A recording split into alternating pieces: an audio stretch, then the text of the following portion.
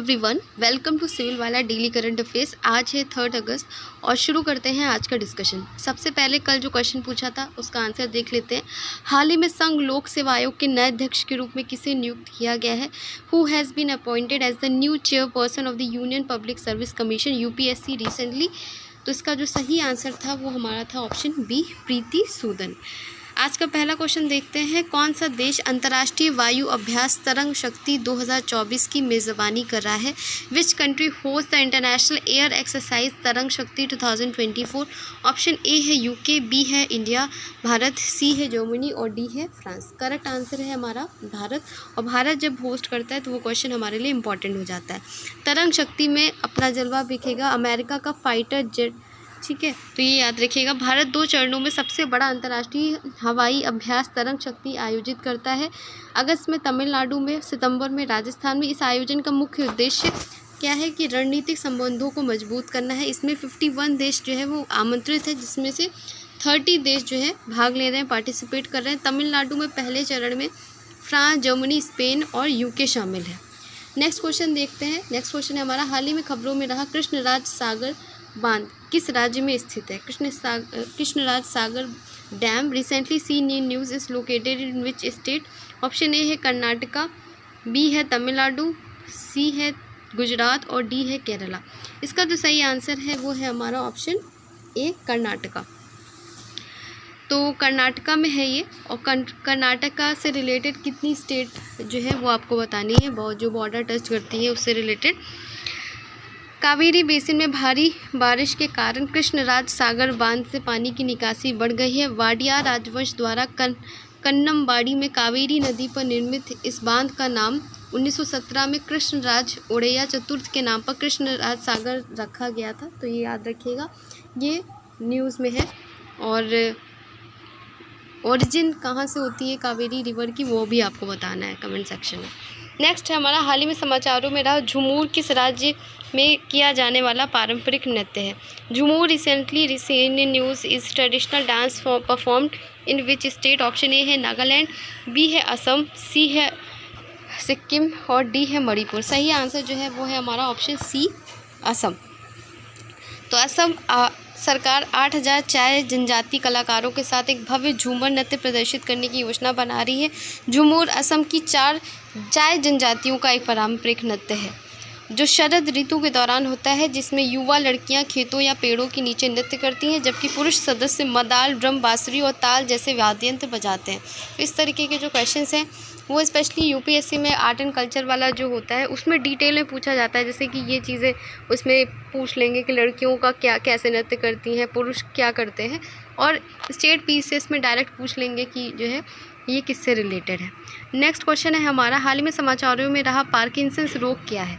What is the Parkinson's disease recently seen in news? Option A है हृदय cardiovascular disorder है, B है a progressive neurological disorder है, सी है रेस्पिरेटरी इलनेस है, एक श्वसन रोग है, या डी है एक प्रकार का कैंसर है। तो ये याद रखिएगा कि एक प्रगतिशील तंत्रिका संबंधी विकार है, न्यूरोलॉजिकल डिसऑर्डर है ये एक तरीके का पार्किंसन रोग। शोधकर्ताओं ने पाया कि पार्किंसंस रोग के रोगियों में जीन उत्परिवर्तन का जो रहता है, जीन म्यूटेशन अपेक्षा से अधिक आम है, जो व्यापक आनुवंशिक परीक्षण का सुझाव देता है। पार्किंसंस एक प्रगतिशील तंत्रिका संबंधी विकार है जो शरीर के असंतुलन को प्रभावित करता है। आमतौर पर 60 एज के आसपास जो लोग होते हैं उनमें होता है। पुरुषों के प्रभावित होने की संभावना ज़्यादा होती है। तो ये जो चीज़ें हैं वो याद रखिएगा। अलग से पूछ सकते हैं कि स्त्रियाँ ज़्यादा प्रभावित होती हैं, तो ये पुरुषों को ज़्यादा प्रभावित करता है। ये सबस्टेंशिया निग्रा में तंत्रिका कोशिकाओं के अधःपतन के कारण होता है, जैसे डोपामाइन की हो जाती है इसमें कमी, है ना। डोपामाइन वो रहता है जिससे आपको थोड़ी खुशी मिलती है कुछ भी अच्छा करके, तो वो तब रिलीज़ होता है वो।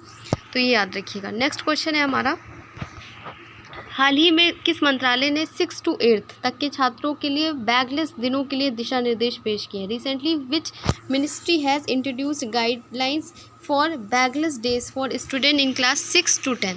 ऑप्शन ए है ministry of home affairs, B है ministry of women and child development, C है मिनिस्ट्री ऑफ एजुकेशन और डी है मिनिस्ट्री ऑफ पावर। तो इसका सही जो आंसर है आप गेस भी कर सकते हैं कि शिक्षा मंत्रालय से रिलेटेड है। और केंद्रीय शिक्षा मंत्रालय ने राष्ट्रीय शिक्षा नीति जो हमारी 2020 में आई थी उसके लिए कक्षा 6 से 8 तक के छात्रों के लिए बैगलेस दिनों के दिशा निर्देश जारी किए। इसमें 10 दिन की अवधि शामिल है, जिसमें छात्र बढ़ई और कलाकार जैसे जो होते हैं कारपेंटर और वोकेशनल जो चीज़ें होती हैं उससे रिलेटेड इसमें ट्रेनिंग दी जाएगी। इसका उद्देश्य ये है कि इन्हेंस करना क्या चीज़, ऑब्जर्वेशन बेस्ड लर्निंग को अंडरस्टैंड करना, कम्युनिटी इंटरडिपेंडेंस को प्रमोट करना। तो ये सारी चीज़ों के लिए ये किया गया है, बैगलेस डेज में ये सिखाया जाएगा। नेक्स्ट क्वेश्चन है हमारा पेरिस ओलंपिक जो कि चल रहा है अभी 2024 में पुरुषों की 50 मीटर राइफल 3P स्पर्धा में स्वप्निल कुसाले ने कौन सा पदक जीता है। तो ये किससे रिलेटेड है, जो राइफल वाली जो प्रतिस्पर्धा होती है उससे रिलेटेड है, और इसमें इन्होंने जीता है हमारा ब्रॉन्ज मेडल, कांस्य पदक जीता है। तो आप ये देख सकते हैं, और ये बहुत कम उम्र के हैं और उनका ये पहला पदक है। भारत के निशानेबाज हैं स्वप्निल कुसाले ने पेरिस ओलंपिक में 2024 में पुरुषों की 50 मीटर निशानेबाज हैं और पुरुषों की 50 मीटर राइफल 3P स्पर्धा में इन्होंने कांस्य पदक जीता है। तो ये याद रखिएगा। और इसी के साथ भारत ने कुल कितने मेडल जीत लिए हैं, कुल 3 मेडल जीत लिए हैं।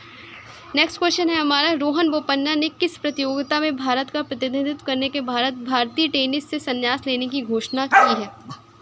ऑप्शन ए है एशियन गेम्स, बी है डेविस कप, सी है पेरिस ओलंपिक्स और डी है नन ऑफ दिस। जो सही आंसर है वो है हमारा पेरिस ओलंपिक, ये लास्ट है उनका, और एज भी क्योंकि उनकी ज़्यादा है। तो भारत के दिग्गज टेनिस खिलाड़ी हैं रोहन बोपन्ना ने हाल ही में टेनिस से संन्यास की घोषणा की है। पेरिस 2024 ओलंपिक्स के बाद उन्होंने ये जो है संन्यास ले लेंगे, तो याद रखिएगा। नेक्स्ट क्वेश्चन है हमारा रैपिडो इस साल यूनिकॉर्न बनने वाला कौन सा भारतीय स्टार्टअप है। Rapido which Indian startup is going to become a unicorn this year. Option A है फर्स्ट, बी है सेकेंड, सी है थर्ड और डी है फोर्थ। सही है जो आंसर है वो है हमारा ऑप्शन सी थर्ड। ये थर्ड है हमारा यूनिकॉर्न। फिनटेक, परफियोस और AI अप स्टार्ट कुट्रीम के बाद रैपिडो इस साल यूनिकॉर्न बनने वाला तीसरा भारतीय स्टार्टअप है। और ओला उबर के साथ प्रतिस्पर्धा करने वाली रैपिडो ने हर लेन देन पर बुकिंग शुल्क या कमीशन लेने के बजाय अपने प्लेटफॉर्म पर ऑटो रिक्शा चालकों के लिए सदस्यता आधारित योजनाएं शुरू की हैं। तो आपको ये याद रखना है कि किस नंबर का जो है वो है हमारे स्टार्टअप है, तीसरे नंबर का है। नेक्स्ट क्वेश्चन है हमारा किसने असम राइफल्स के नए महानिदेशक के रूप में पदभार ग्रहण किया है। Who has been taken charge as a new director general of Assam rifles. Option A है विवेक सिंह, बी है विकास लेखरा, सी है PC नायर या डी है अखिल आनंद। तो सही जो आंसर है वो है हमारा ऑप्शन बी, विकास लेखरा को असम राइफल्स का, यहाँ आप देख भी सकते हैं इनको, ये है विकास लेखरा जिनको असम राइफल का निदेशक चुना गया है। लेफ्टिनेंट जनरल विकास लेखरा ने असम राइफल के नए महानिदेशक के रूप में पदभार ग्रहण किया है, जिन्होंने पूर्वोत्तर क्षेत्र में प्रहरी के रूप में जाना जाता है, और वह लेफ्टिनेंट जनरल PC नायर का स्थान लेंगे। तो ये याद रखिएगा। नेक्स्ट और आज का जो लास्ट क्वेश्चन है वो देख लेते हैं। लास्ट क्वेश्चन में है हमारा, लास्ट और इम्पॉर्टेंट क्वेश्चन भी है क्योंकि ये फर्स्ट वुमेन है। हाल ही में चिकित्सा सेवा महानिदेशक के रूप में किसे नियुक्त किया गया है। Who has been recently appointed as director general of medical service. तो इसका जो सही आंसर है वो है ऑप्शन बी, सुधा साधना सक्सेना नायर। तो ये याद रखिएगा कि लेफ्टिनेंट जनरल साधना सक्सेना नायर चिकित्सा सेवा महानिदेशक नियुक्त होने वाली पहली महिला बन गई हैं। वे पश्चिमी वायु कमान की प्रधान चिकित्सा अधिकारी बनने वाली पहली महिला है। तो ये याद रखिएगा। और इसी के साथ ये हमारा टेस्ट क्वेश्चन, बहुत कम लोग जो है वो कमेंट करते हैं, तो कोशिश किया करिए जो भी मैं क्वेश्चन पूछती हूँ वो आपके लिए ही है ना, इससे आपका ही रिवीजन होगा। और अगर कुछ नहीं आता है तो अब आप आराम से गूगल करके देख सकते हैं। तो आज का डिस्कशन यहीं तक था। मिलते हैं कल एक नए डिस्कशन के साथ। तब तक अपना ख्याल रखिए और पढ़ाई करते रहिए। धन्यवाद।